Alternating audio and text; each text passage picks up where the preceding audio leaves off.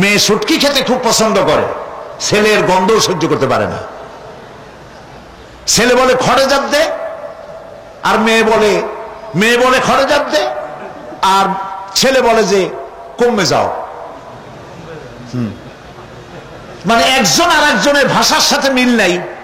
কথা ঠিক কিনা বলেন? ভাষার সাথে মিল নাই, রুচির সাথে মিল নাই। একজনের টক পছন্দ করে আর একজনের টক সহ্য করতে পারে না, আর একজনের শুটকি খায় আর একজনের শুটকি পছন্দ করে না।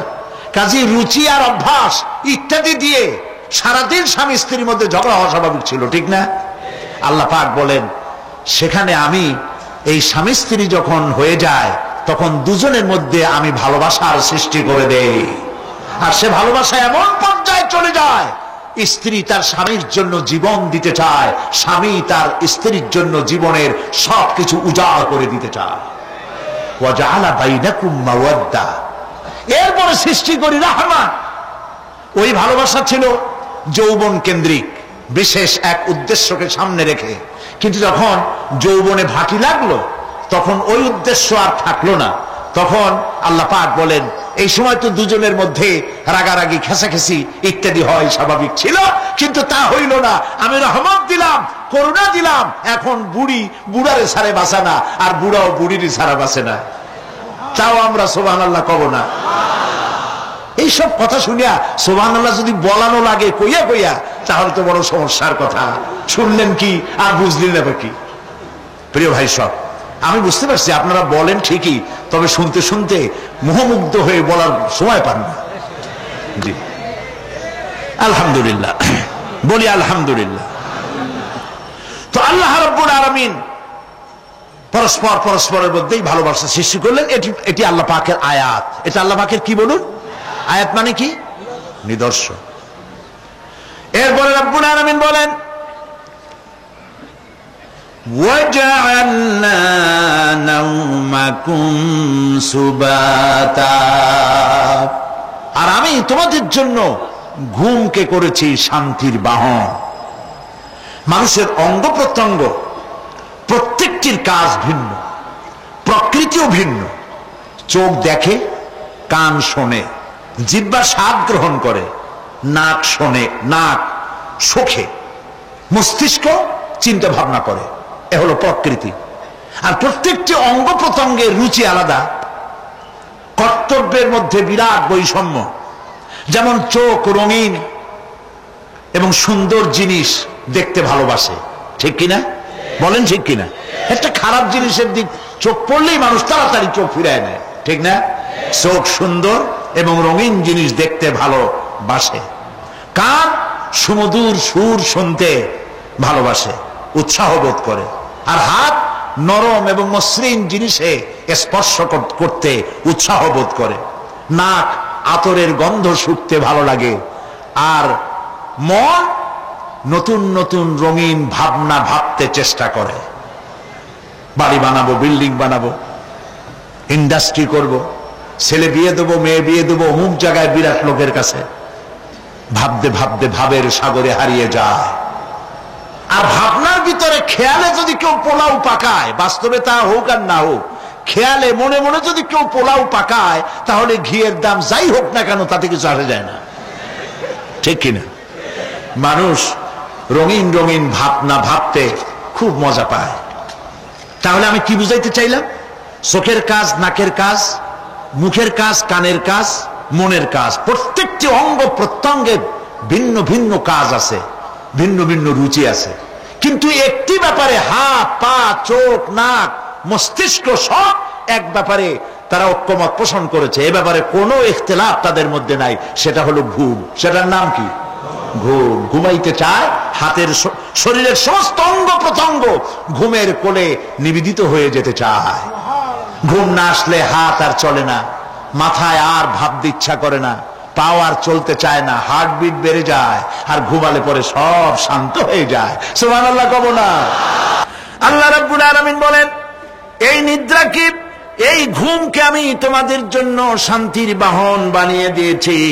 আলাম ইয়ারাউ আন্না জাআলনাল লাইলা লিয়াসকুনু ফীহি ওয়ান নাহারা মুবসিরান ইন্না ফী যালিকা লাআয়াতিন লিকাওমি ইউমিনুন। তারা কি আল্লাহ পাকের এই কুদরতের কথা চিন্তা করে না, যে আমি রাতের আধার দিয়ে ধরনীর বুক ছেয়ে দেই, দিনের উজ্জ্বলতা, কোলাহল, গাড়ির আওয়াজ, ভ্যাঁ ভোঁ আওয়াজ হচ্ছে, কলকারখানার আওয়াজ হচ্ছে, সূর্যের বিরাট তাপ, ঘুম আসে না। সারাদিন কাজ করার পর শরীরের আরাম দেওয়ার জন্য রাতের একটি কালো চাদর পৃথিবীর উপরে আমি বিছায় দেই।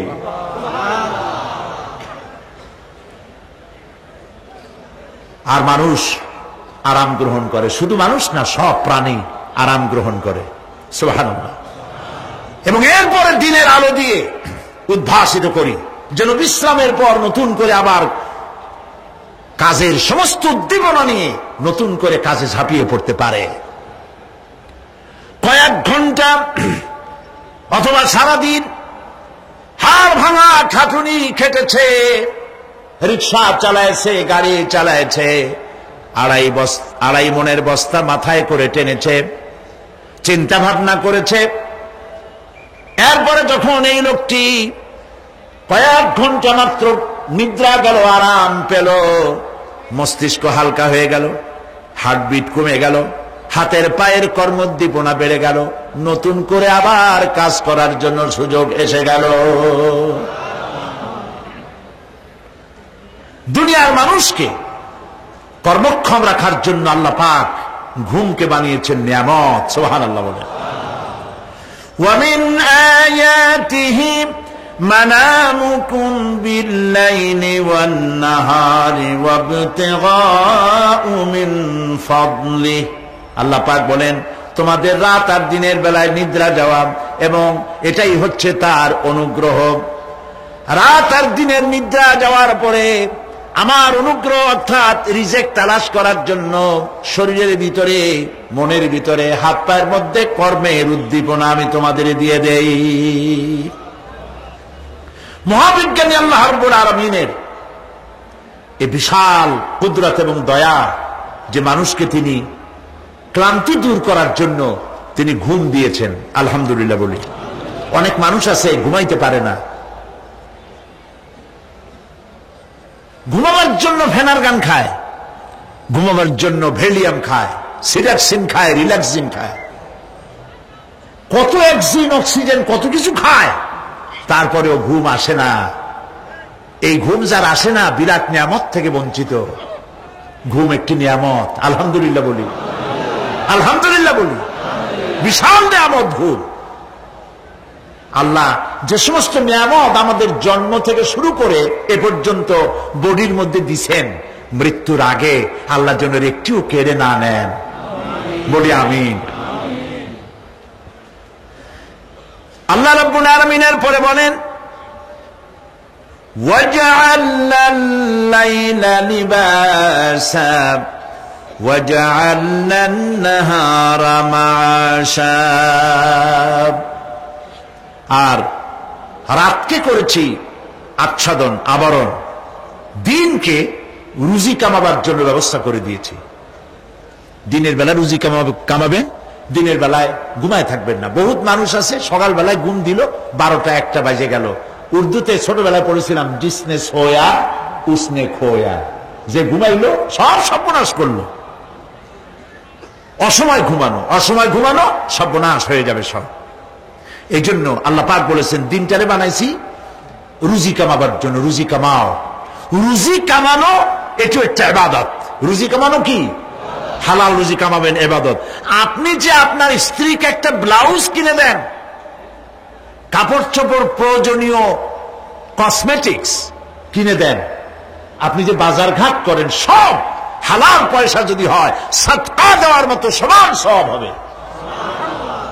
রুজি কামাইতে হবে, এটা আল্লাহ পাকের হুকুম, রুজি কামাও।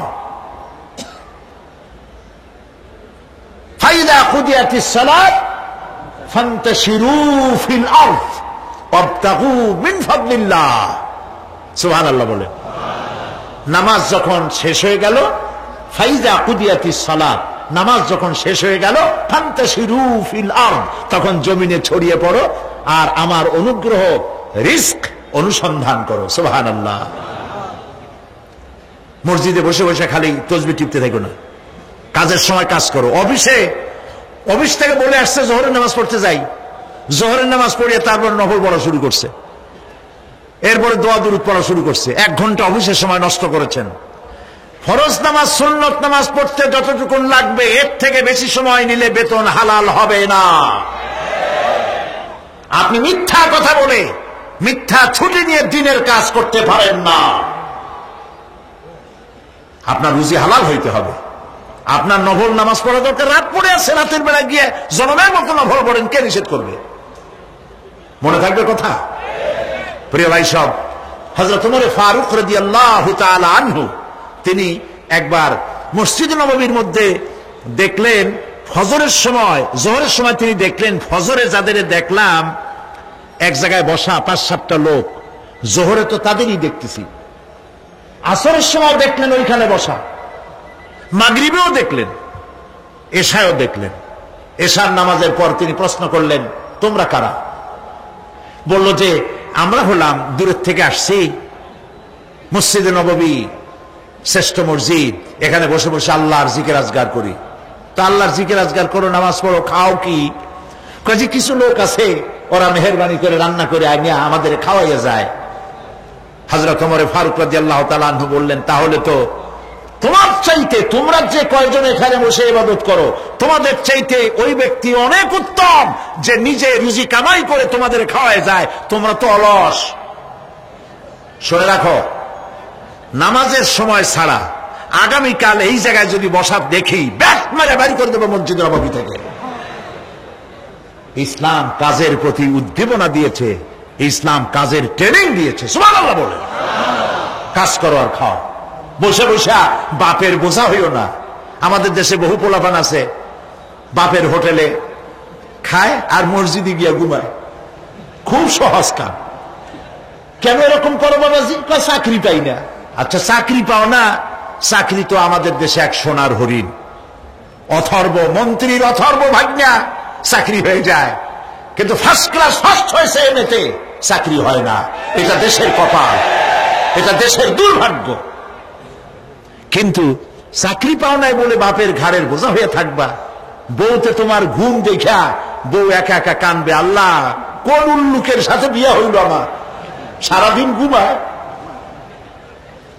প্রিয় ভাই সব, চাকরি পান নাই তো অসুবিধা কি? আপনি বাসের ড্রাইভার হন, আপনি সিনেমা গান বেচেন, আপনি জমিন চাষ করেন। জমিন চাষ করার লজ্জা? এই পৃথিবীর প্রথম মানুষ আদম আলাইহিস সালাম জমিন চাষ করেছেন, ইদ্রিস আলাইহিস সালাম দর্জিগিরি করেছেন, দাউদ আলাইহিস সালাম কর্মকার হয়ে লোহা দিয়ে অস্ত্র তৈরি করেছেন, নবী করিম সাল্লাল্লাহু আলাইহি ওয়াসাল্লাম ব্যবসা করেছেন। কাজী বেকার যুবকদেরকে বলতে চাই, বাপ আর শ্বশুরের বোঝা হয়ে থাকার মতো লজ্জার জিনিস আর কিছুই নাই। বাপের কামাই খাওয়া লেখাপড়া শেখার পর তোমার জন্য জায়েজ নাই। কাজ করো, কাজের অভাব নাই, হালাল কাজ করো, রুজিতে আল্লাহ বরকত দিয়ে দিবেন। আমার দেশের জমিন এত ভালো, বলার আগেই কোন সুবহানাল্লাহ। সার মার লাগে না, যেখানে সেখানে লাঙ্গল শাবলের দরকার নাই। আঙ্গুল দিয়ে মাটি খুশিয়া ঘরের কোনায়, আঙ্গুল দিয়ে মাটি খুশিয়া কদুর বিচি লাগাই দেন। 3 দিন পরে 2 পাতা, 6 দিন পর লতা, 10 দিন পর ফুল, 2 সপ্তাহের মাথায় কদু। সুবহানাল্লাহ। এই আল্লাহর দেওয়া এত সুন্দর কদু খাইয়া কয়, সাদের লাউ বানাইলো বই রেখে। তো একটু আলহামদুলিল্লাহ কইল না। জমিন উর্বর। জার্মান থেকে এক কৃষি বিশেষজ্ঞ এসছিলেন বাংলাদেশে, শুনেছিলেন এটা নাকি সোনার বাংলা।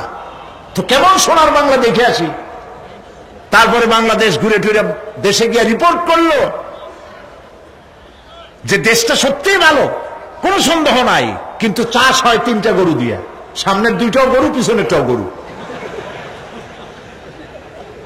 রাগ করতেছেন না তো?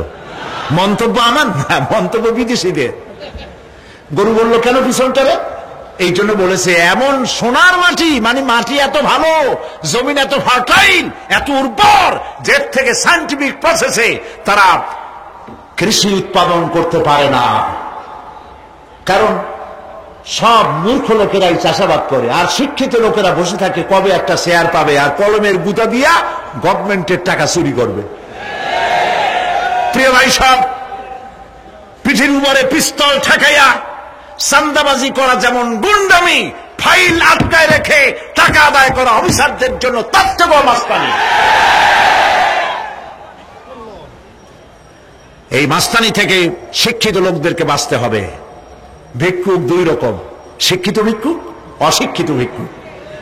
অশিক্ষিত ভিক্ষুকরা হাত পাও নাই, ল্যাংরা লুলা, আল্লাহর হস্তে একটা টাকা দেন, সারাদিন খাই নেই, এই হলো অশিক্ষিত ভিক্ষুক। আর শিক্ষিত ভিক্ষুকরা টাই, স্যুট, প্যান্ট, সেন্ট স্প্রে করে তারপরে গভর্নমেন্টের শ্বশুরের চেয়ারে গিয়ে বসে চাইয়ে টাকা নেয়। এই কাজটা যদি করে নিতে হয় 50,000 টাকা দিবা, 1 কোটি টাকা দিবা। ভিক্ষুকের চাইতে কলঙ্ক, মানুষ নামের অজঙ্ক, পশুর চাইতে নিকৃষ্ট যারা সরকারের চেয়ারে বসে জনগণের টাকা এভাবে চাইয়ে নেয়, ঘুষ নেয়। নাউজুবিল্লাহ বলো। এটা ঘুষের টাকা নয়, জাহান্নামের আগুন। শান্তি পাইবে না। বেতন পাও 10,000 টাকা, কামাই করো 1 লাখ টাকা বা 50,000 টাকা, বরকত নাই, অশান্তি। ঘরের মধ্যে বউতে কথা শোনে না, বেচারা সরকারি অফিসে বসে বহুত কাম টাম করিয়া কষ্ট করে বাড়ি ফিরছে, বউর একটু আদর নেবে, ভাত বাড়ি টাড়ি খাওয়াবে, সেই গুড়ে বালি দেখে বউ ভ্যানিটি ব্যাগ হাতে নিয়ে বাস ফটফট করিয়া হাই হিল পাই দিয়ে বাড়ি চলে যাচ্ছে। কই যাও? আমার মিটিং আছে ক্লাবে। ছেলে একটা উল্লুকের মতো চুল, ভাল্লুকের মতো নখ, সোনার চেন গলায়। আরে বেটা তুই কই যাস? কই আমার গার্লফ্রেন্ডের কাছে যাই। ওইটা মামলায়, এটা মকদ্দমায়, বউ বাইরে, কোনটার সাথে শান্তি নেই। একটা কয় আমার পেট ব্যথা, আর একটা কয় মাথার যন্ত্রণা, আর একটা কয় আমি মরব। শান্তি আছে?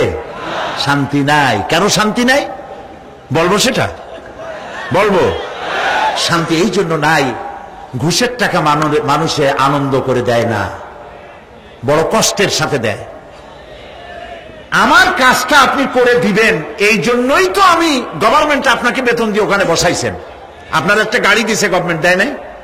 একটা গাড়ি দিয়েছে, একটা বাড়ি দিয়েছে, পিএস দিয়েছে, এপিএস দিয়েছে, কম্পিউটার দিয়েছে, বডিগার্ড দিয়েছে, আর সান কি? এরপরেও টাকা, এই টাকার কোনো শেষ নাই। মানুষের কাছে যখন টাকা চায়, কাজ আদায়ের জন্য লোকটি বাধ্য হয়, টাকা দিয়ে যাওয়ার সময় বলে, আল্লাহ এই উল্লুক এতগুলি টাকা আমার কাছ থেকে নিল, ওরে কলেরা দাও, ওর বউরে বসন্ত দাও, ওর বাচ্চা গুলিরে কলেরা দিয়া বসন্ত দিয়া ফিসা দিয়ে যাও। আল্লাহর গজব আর লানতে যত টাকা কামাই করেন না কেন, শান্তি পাবেন না। এই জন্য হালাল রুজি কামাতে হবে। ইবাদত কবুল হওয়ার জন্য তার শর্ত হচ্ছে হালাল রুজি। শর্ত কি? হালাল রুজি। এই হালাল রুজি কামাতে পারলে তাহলেই আপনার ইবাদত আল্লাহর দরবারে মঞ্জুর হবে। সুবহানাল্লাহ বলেন। প্রিয় ভাই সব, এরপর আল্লাহ পাক বলছেন, وَبَنَيْنَا فَوْقَكُمْ سَبْعًا شِدَادًا, আর তোমাদের উপরে আমি তোমাদের উপরে শক্ত মজবুত 7টি আকাশ সৃষ্টি করেছি। সুবহানাল্লাহ। এর থেকে বেরিয়ে যাওয়ার কোন উপায় নাই, এতে ফাটল ধরাবারও কোনো উপায় নাই। এবং এই আকাশটাকে আমি আবার সুন্দর করে সাজায় রাখছি। নয়ন অভিরাম দৃশ্য সার্বক্ষণিক ভাবে আমি রেখেছি, রাতের আধারে যা দেখা যায়। সেটা কি? আল্লাহ রাব্বুল আলামিন বলেন, ইন্না যায়্যানাস সামাআদ দুনিয়া বিজিনাতিল কাওয়াকিব, এই দুনিয়ার আকাশখানিকে তারকা প্রদীপ দিয়া সাজায় রেখেছি মনের মতো, দেখো তুমি তাকাইয়া, কি সুন্দর করে আকাশকে সজ্জিত করে রেখেছি। আল্লাযী খালাকা সাবআ সামাওয়াতিন তিবাকা মা তারা ফি খালকির রাহমানি মিন তাফাউত ফারজি'ল বাসারা হাল তারা মিন ফুতুর। ক্ষমাশীল তিনি, সপ্ত আকাশ রচিলেন থরে থরে, কোন ত্রুটি হেরিবে না তার পূর্ণ সৃজন পরে। চাহো তুমি তার সৃষ্টি পানে, দেখো কিছু ভুলচুক, ফিরাও তোমার নয়ন খানি, ফিরাও তোমার মুখ। আকাশটাকে সুন্দর করে সাজাইছি, তাকায় দেখো তো কোনো ভুল ত্রুটি আছে নাকি? সুবহানাল্লাহ।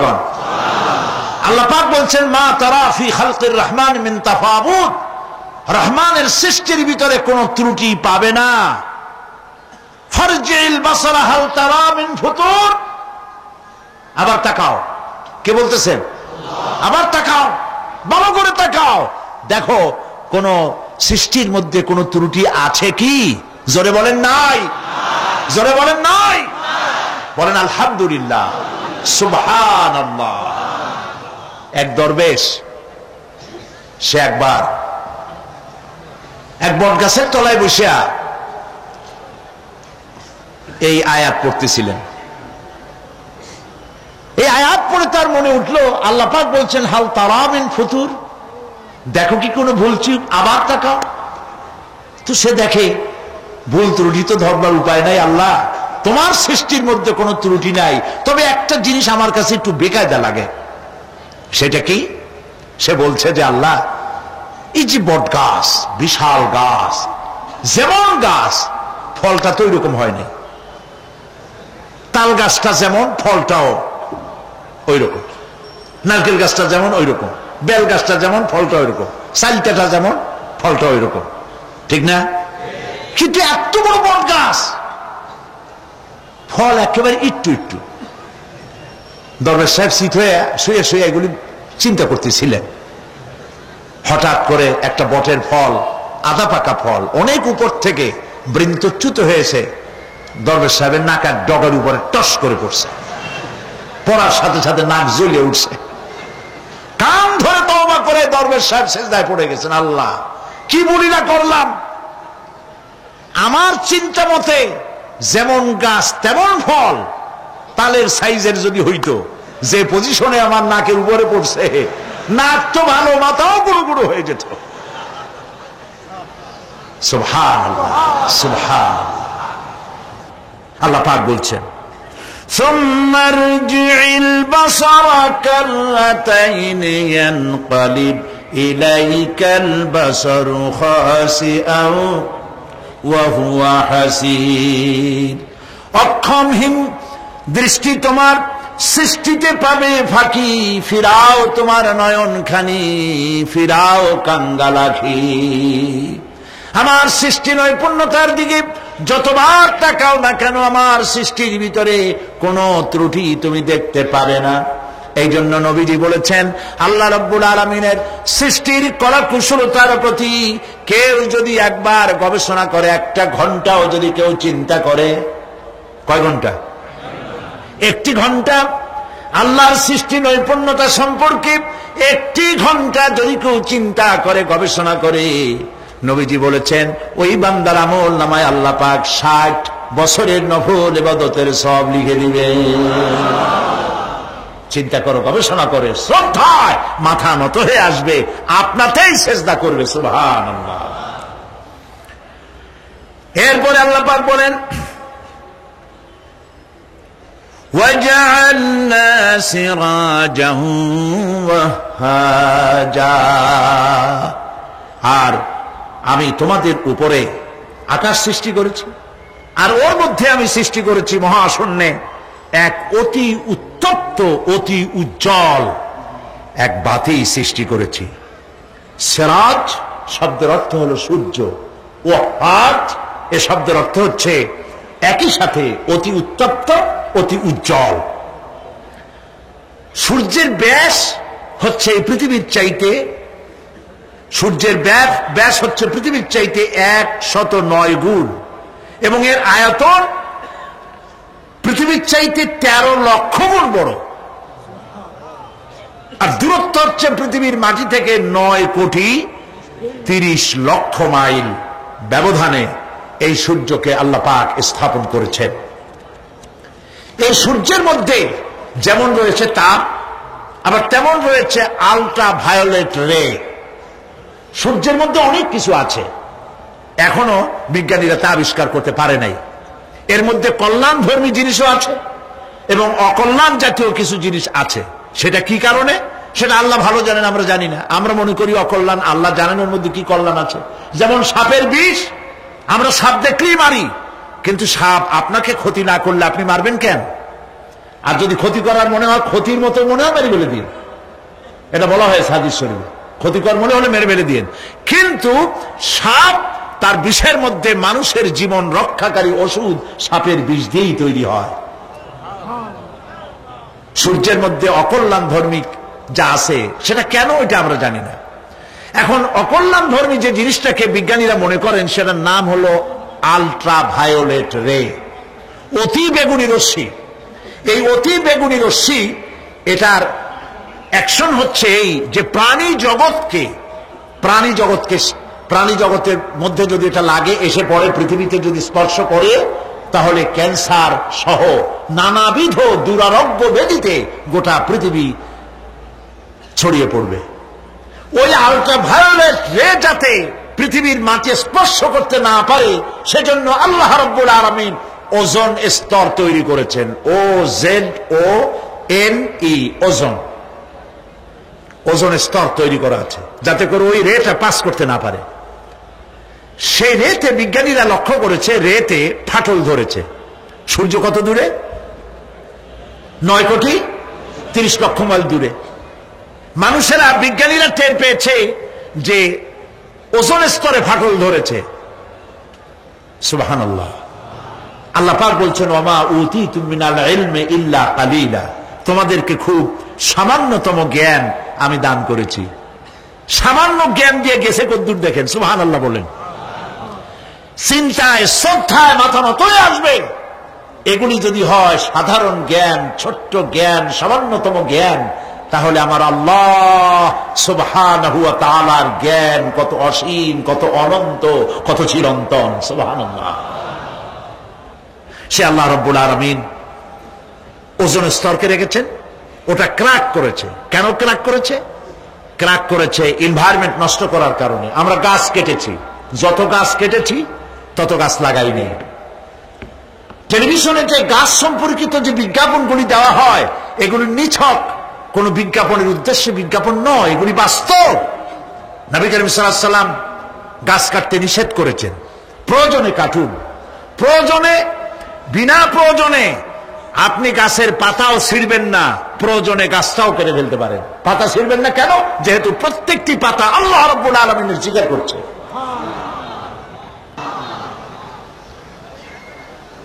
এই গাছগুলি কেটে কেটে প্রকৃতির ভারসাম্য আমরা নষ্ট করেছি। গাছ আমাদের বন্ধু। আমরা বাতাস থেকে অক্সিজেন গ্রহণ করি, অক্সিজেনকে কার্বন ডাই অক্সাইড করে ছেড়ে দেই। কার্বন ডাই অক্সাইড হচ্ছে প্রাণী জগতের জন্য বিষ।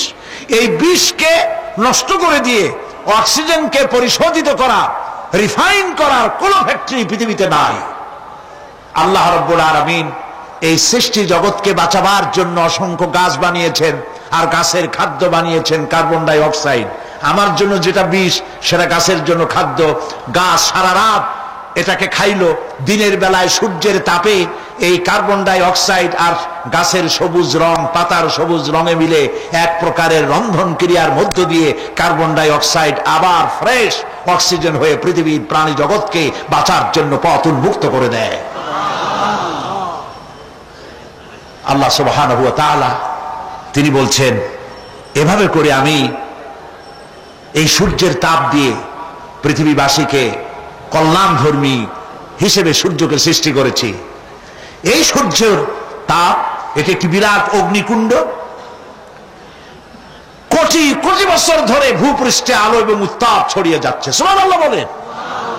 বলেন তো, পৃথিবীর সমস্ত আগুন সব যদি এক জায়গায় করা হয়, সূর্য 1 সেকেন্ডে যে তাপ পৃথিবীতে দেয়, ওরকম 1 সেকেন্ডের তাপ পৃথিবীর সব আগুন এক জায়গায় হইয়া সমভাবে সর্বত্র ছড়াতে পারবে কি? সুবহানাল্লাহ, কি কুদরত আল্লাহ পাকের। চৈত্র বৈশাখ মাসে আল্লাহ পাক সূর্যের তাপ, এত তাপ দেন, মাথার ঘাম পায়ে পড়তে থাকে। লোকেরা বলে কাঁঠাল পাকা গরম, তাল পাকা গরম। চট্টগ্রামে বলে কিনা? আবার এখন জানুয়ারি মাস, এখন আল্লাহ পাকের এসি প্লান্ট আল্লাহ ছেড়ে দিয়েছেন। সুবহানাল্লাহ, পৃথিবীর সমস্ত এসি প্লান্ট একসাথে ছেড়ে দেন, সারা পৃথিবী তো দূরের কথা, একটা জেলাও ঠান্ডা করতে পারবে না, একটা উপজেলাও ঠান্ডা করতে পারবে না। বড় জোর আপনার লোট্টা ফিশ, আপনার রূপচান্দা মাছ, ইলিশ মাছ, এগুলোর ঠান্ডা বানাই দিতে পারবে, কিন্তু একটা এলাকা ঠান্ডা বানাইতে পারবে না। বুদ্ধিজীবীদেরকে জিজ্ঞেস করি, মাথার চুল তো উঠাইছো, এই আল্লাহ পাকের কুদরত সম্পর্কে একটা সেকেন্ড চিন্তা করেছো কিনা? সুবহানাল্লাহ। মদিনা মুনাওয়ারা যেয়ে দেখুন, মদিনা মুনাওয়ারা, মসজিদ আন-নববী আশ-শরীফ, আল মদিনা আল মুনাওয়ারা, সোনার মদিনা। সুবহানাল্লাহ। আমি মদিনায় গিয়া এবারও বলছি, আল্লাহ যদি ফাহাদের মাফ করতে চান, মসজিদে নববী এবং মসজিদে হারামের যে এক্সটেনশন এবং হাজিদের জন্য যে উপকার করেছেন, আল্লাহ যদি মাফ করতে চান, এটা বড় আকারের একটা ওসিলা হয়ে যেতে পারে। এক সময় গরমে কষ্টে অস্থির হয়ে যেতাম মসজিদে নববীতে, এখন মসজিদে নববীতে ঢুকলে মনে হয় জান্নাতের মধ্যে। আর জান্নাত তো চিন্তা করা যায় না, কোনো চোখ নাই যা দেখছে, কোনো কল্পনা নাই, যা মন নাই যা কল্পনা করছে, এটার সাথে তুলনাই হবে না। তবে মনে হয় যেন জান্নাতের মধ্যে ঢুকে গেছি। প্রত্যেকটি খামের গোড়া থেকে ঠান্ডা বাতাস উঠতেছে, প্রত্যেকটি পিলারের গোড়া থেকে। মসজিদে নববী থেকে 3 কিলোমিটার দূরে এসি প্লান্ট।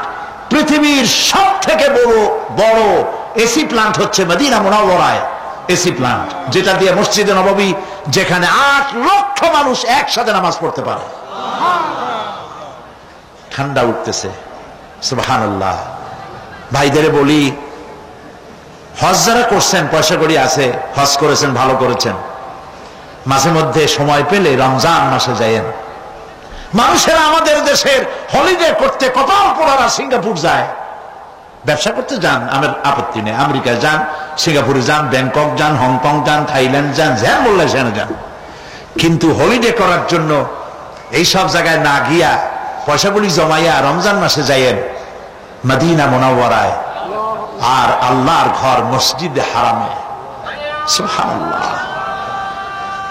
কোরআন নাজিল কেমনে হয়েছে তা তো দেখি নাই।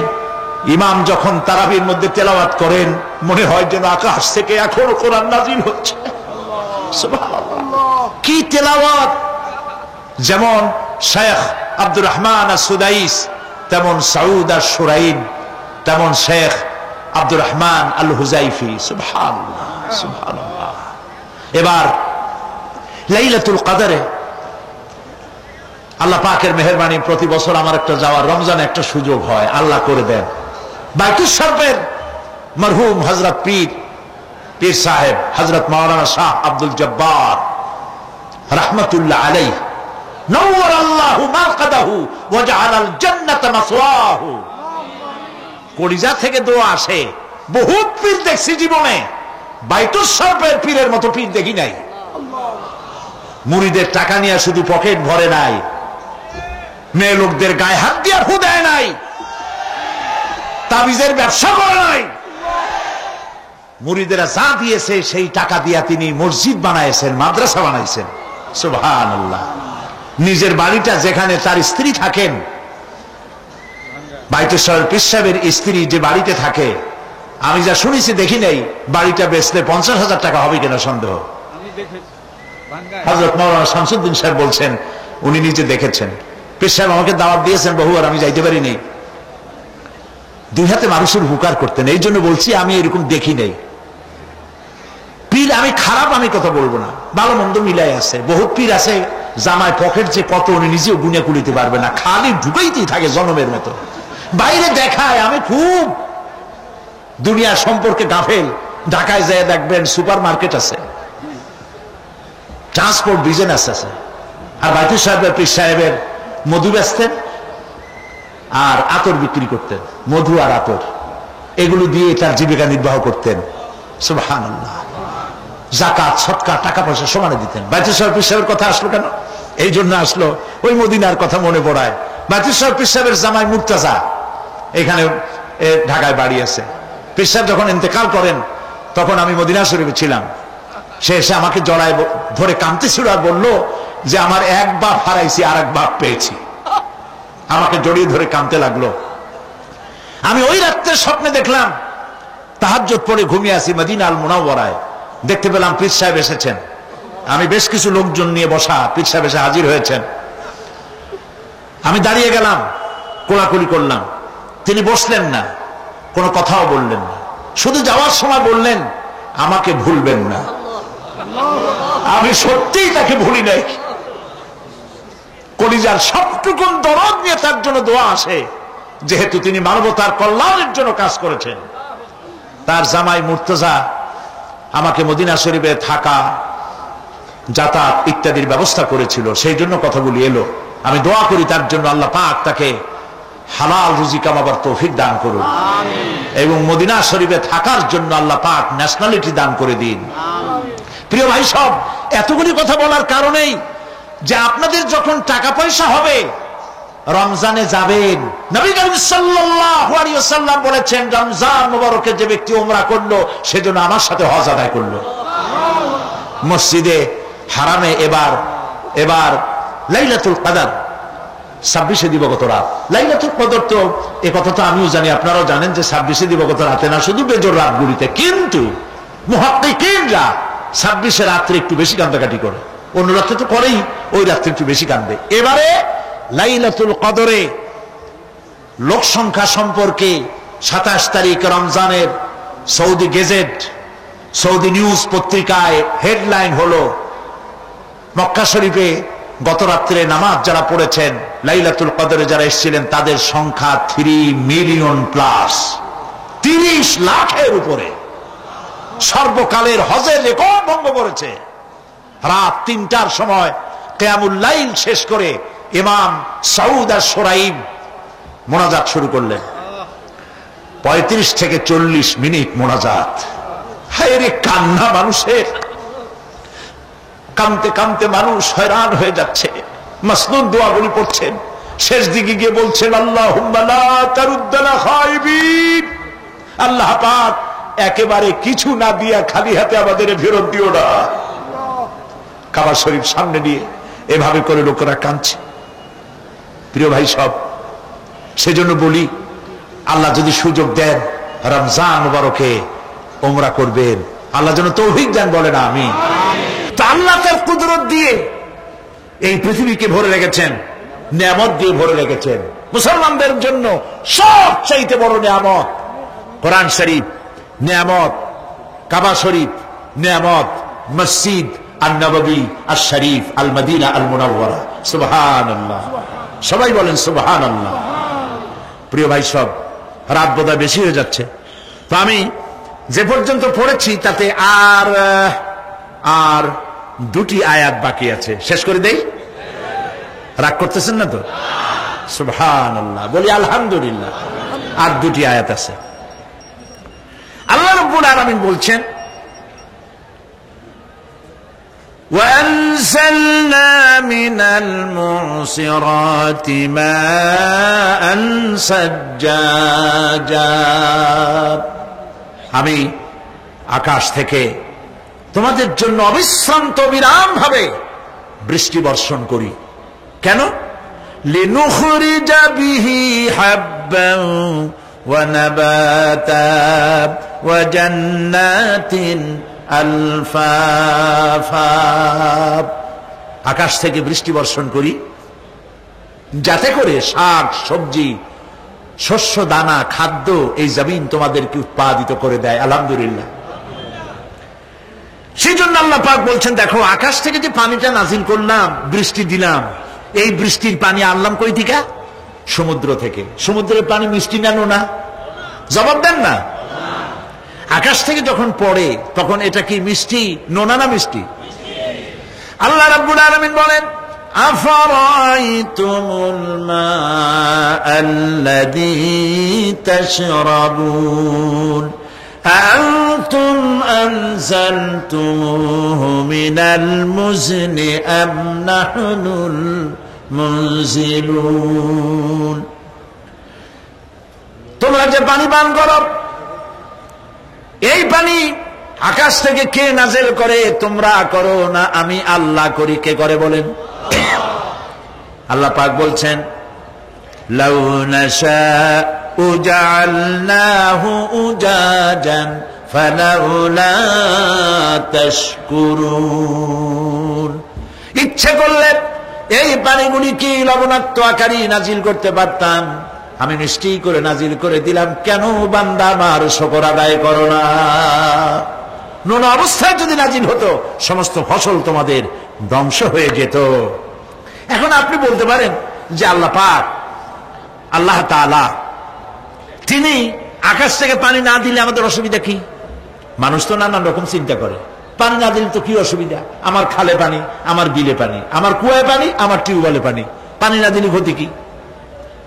আল্লাহ পাক কোরআনে কারীমের মধ্যে বলেছেন, কুল আরাআইতুম ইন আসবাহা মাউকুম গাওরান ফামান ইয়াতিকুম বিমাইম মাইন। বলো দেখি সবে, শুকাইয়া যদি যায় এই জমিনের পানি, তাহলে হেথায় তটনির ধারা কে দিবে সবারে আনি। বান্দারে, বৃষ্টি না হইলে তুমি পানির পরোয়া করো না, সমুদ্রের পানি নেবা, নদীর পানি নেবা, কলের পানি নেবা। শুনে রাখো বান্দা, নদীর প্রবাহমান নদীর পানি, কলের পানি, টিউবওয়েলের পানি, মাটির পরতে পরতে পানি, সব যদি আমি শুকায় দেই, কে আছে এই পৃথিবীতে যে নতুন করে তোমার জন্য পানি আমদানি করে দিতে পারে? পারে কেউ? কেউ পারে না। এই পানি দিয়ে আমি তোমাদের জন্য ফসল ফলাই, লিনুখরিজা বিহি হাব্বান ওয়া নাবাতা। ইয়া আইয়ুহান নাসু যকুরু নি'মাতাল্লাহি আলাইকুম হাল মিন খালিকিন গায়রুল্লাহ। হে মানব সকল, স্মরণ করো আল্লাহ পাকের ওই নিয়ামতকে। ওই আল্লাহ ছাড়া তোমাদের কি এমন কেউ আছে? কোন আল্লাহ, কোন রিজিক দাতা? ইয়ারযুকুকুম মিনাস সামাই ওয়াল আরদ, যিনি আকাশ এবং জমিন থেকে তোমাদেরকে রিজিক দিতে পারেন। লা ইলাহা ইল্লা হুয়া, ওই আল্লাহ ছাড়া কেউ নাই। ফাআন্না তুফাকুন, যাও কই? কেন বিভ্রান্ত হও? আল্লাহ পাক আকাশ থেকে পানি দিলেন, জমিনের ফসল উৎপাদন করে দিলেন, আর এরপরে আল্লাহ পাক বলেন, ওয়া জান্নাতিন আলফাফা, আর ঘন সন্নিবদ্ধ নিবিড় বাগান বানায় দিলাম। সুবহানাল্লাহ বলেন। এখানে আল্লাহ পাক কি কি বললেন? শাক, লক্ষ্য করুন, শাক, সবজি, খাদ্যশস্য, উদ্ভিদ, এগুলো দিলাম, আর সাথে সাথে ঘন নিবিড় বাগান বানাইলাম। নিবিড় বাগান দেখছেন? দেখেন নাই, বোঝেন নাই, তাই দেখেন নাই, তা নাহলে দেখছেন। কক্সবাজার যাওয়ার সময় দেখেন না, গাছের রাস্তার দুই ধারে কত গাছ, দেখছেন কিনা? রাঙ্গামাটি যাওয়ার সময়, বান্দরবনে যাওয়ার সময়, কার বাবা এই গাছগুলি লাগাইছে? কোন? কে লাগিয়েছে? আল্লাহ। চিল্লায় বলেন, কে লাগিয়েছে? পাহাড়ের গাছ কি আপনি লাগাইছেন? তো কথা কইতে পারলেন না কেন? কে লাগিয়েছে? আল্লাহ পাক। সুন্দরবন ফরেস্ট এরিয়া দেখছেন কোনদিন? না দেখলে যাইয়েন, দেখে এসেন। বিশাল এরিয়া, বঙ্গোপসাগরের কিনারা দিয়া খুলনা, সাতক্ষীরা, এই বিরাট অঞ্চল, বরিশাল, খুলনা, সাতক্ষীরা, পটুয়াখালী, বিরাট এরিয়া নিয়ে রয়েছে সুন্দরবন, শত শত মাইল। সুবহানাল্লাহ বলে। বিশাল গাছ, গাছের এরিয়া। এই গাছগুলি কে লাগাইছে? জোরে বলেন, কে লাগাইছে? এই গাছগুলি নার্সিং করেন কে? একটা জিনিস দেখে আমি অবাক হয়ে গেছি, সেটা হলো এখানে বহু রকমের গাছ আছে। সুন্দরী কাঠ, পশুরি, বাইন, গেওয়া, গোল, অনেক রকমের গাছ আছে। যেখানে সুন্দরী গাছ, সব সুন্দরী গাছ। যেখানে গেওয়া, যেখানে বাইন, যেখানে গোল, গোল পাতা, সব সেখানে সেইগুলাই। অথচ কেউ যে গাছগুলি লাগাই দিয়ে আসে নাই। আরেকটা অসুবিধা, আরেকটা জিনিস হচ্ছে, জোয়ারের সময় এই এলাকা ডুবে যায়, 1 হাত 1.5 হাত পানি হয় গাছের গোড়ায়।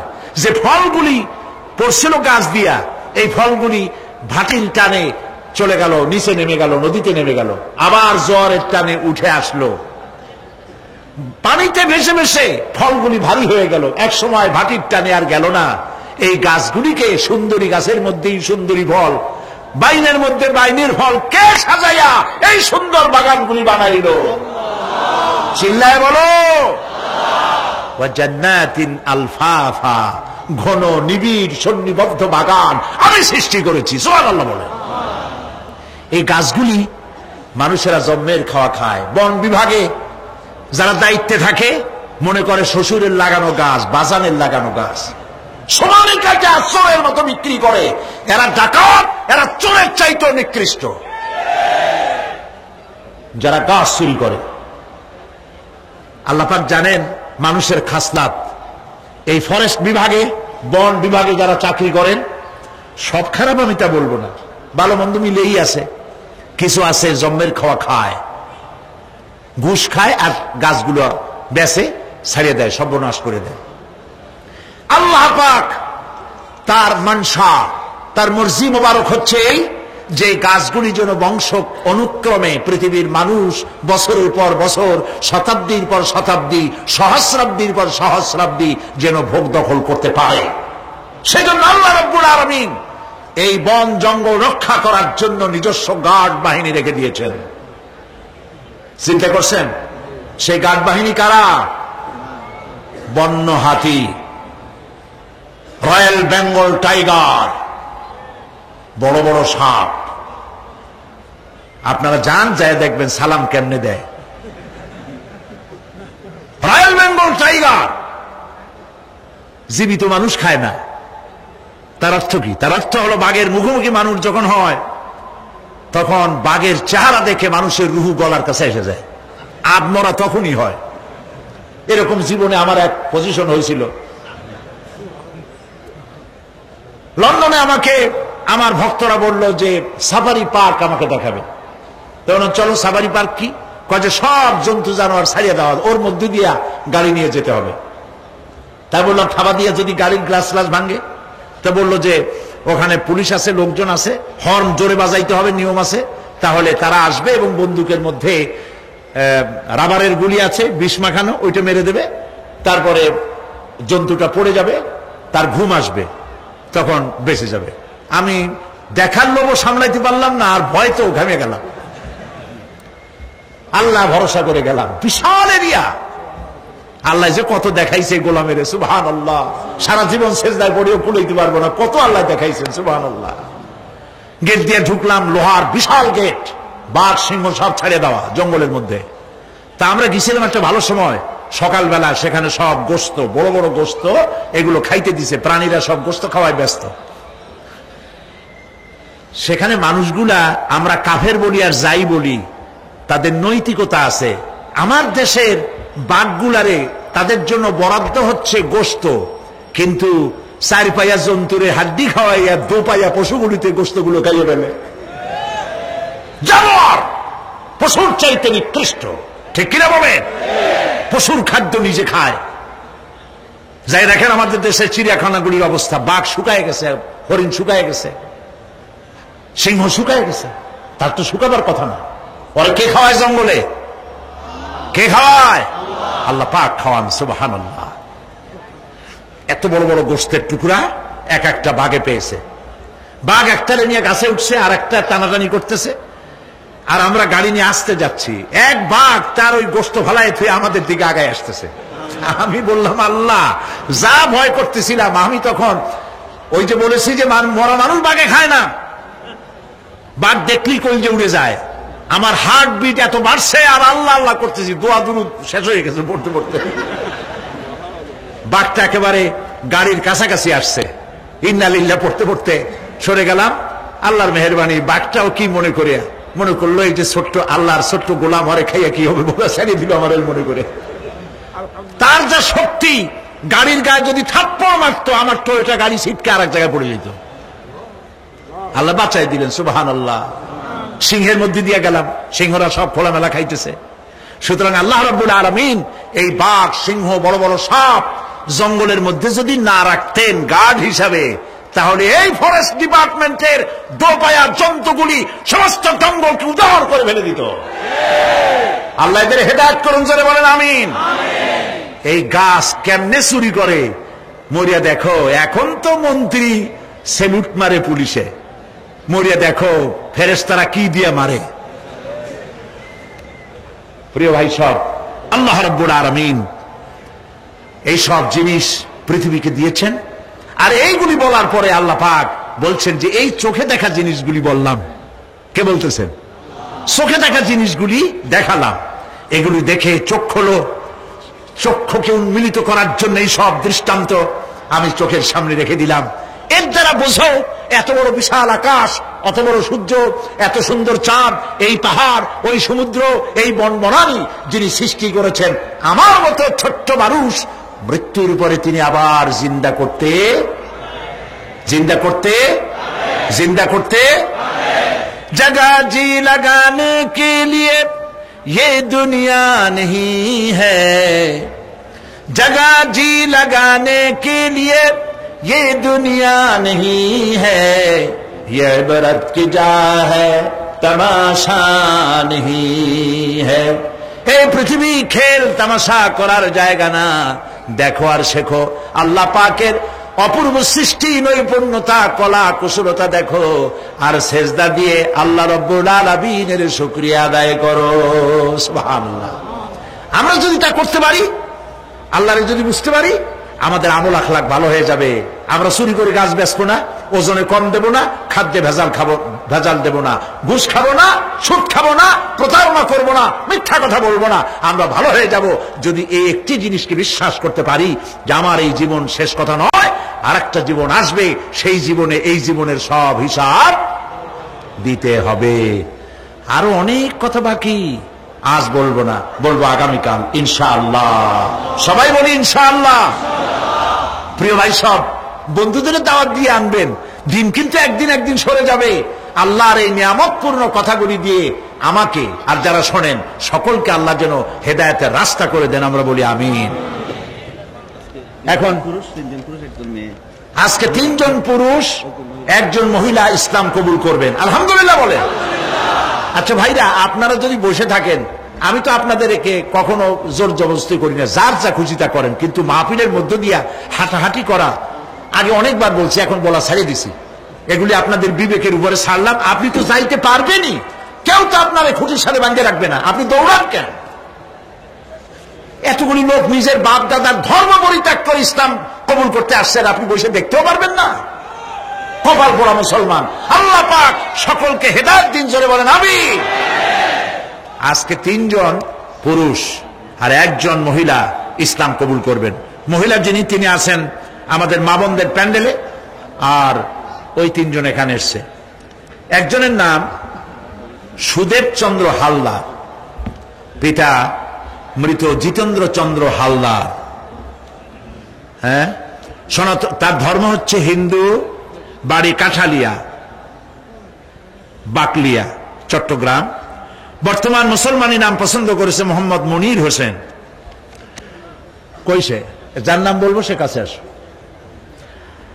আরেকজন রাজীব বণিক, পিতা মৃত রঞ্জন বণিক, ধর্ম হিন্দু, ব্রাহ্মণবাড়িয়া। বর্তমান নাম পছন্দ করেছে মোহাম্মদ নুরুল ইসলাম। হেমন্ত জলদাস, পিতা বেসা জলদাস, হিন্দু, এরও বাড়ি কোতোয়ালি, চট্টগ্রাম, বাগলাবাড়ি মোড়। হ্যাঁ, কালীবাড়ি মোড়। বর্তমান নাম পছন্দ করেছে মোহাম্মদ ওসমান গনি।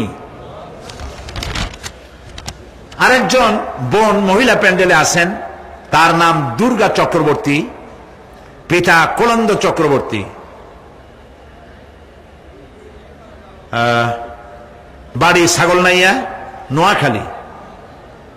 বর্তমানে বাস করে দামপাড়া, কাজীর দেউরি, কোতোয়ালি, চট্টগ্রাম।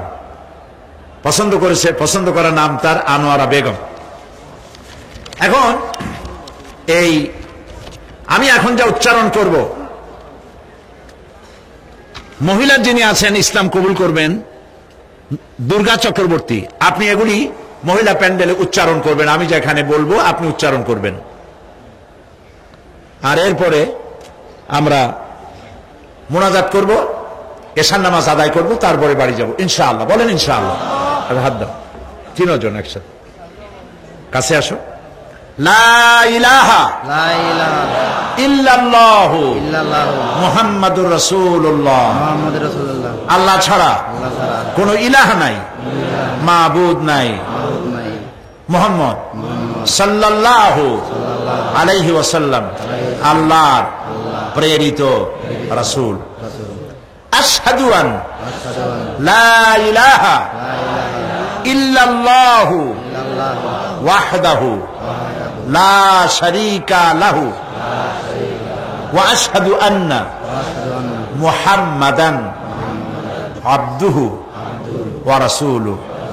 আমি সাক্ষ্য দিচ্ছি আল্লাহ ছাড়া কোন ইলাহ নাই, মাবুদ নাই, উপাস্য নাই। তিনি এক, তিনি একক, তার কোনো অংশীদার নাই। আমি আরো সাক্ষ্য দিচ্ছি মুহাম্মদ সাল্লাল্লাহু আলাইহি ওয়াসাল্লাম আল্লাহর বান্দা এবং তার প্রেরিত রাসূল। সবাইকে সালাম বলো, আসসালামু আলাইকুম। আপনারা জবাব দেন। এই তিন ভাই এখন মাসুম, বেগুনাহ। তাদের আমলনামায় যত গুনাহ ছিল এই মুহূর্তে হাদিস অনুযায়ী তাদের জিন্দেগীর সমস্ত গুনাহ খাতা আল্লাহ পাক মাফ করে দিয়েছেন। আলহামদুলিল্লাহ, সুবহানাল্লাহ। ইসলামে আসার জন্য স্বেচ্ছায় সজ্ঞানে ইসলামকে সর্বশ্রেষ্ঠ দ্বীন হিসাবে গ্রহণ করার কারণে এই বিশাল মাহফিলের পক্ষ থেকে আমি তাদেরকে বুকে আলিঙ্গন করছি।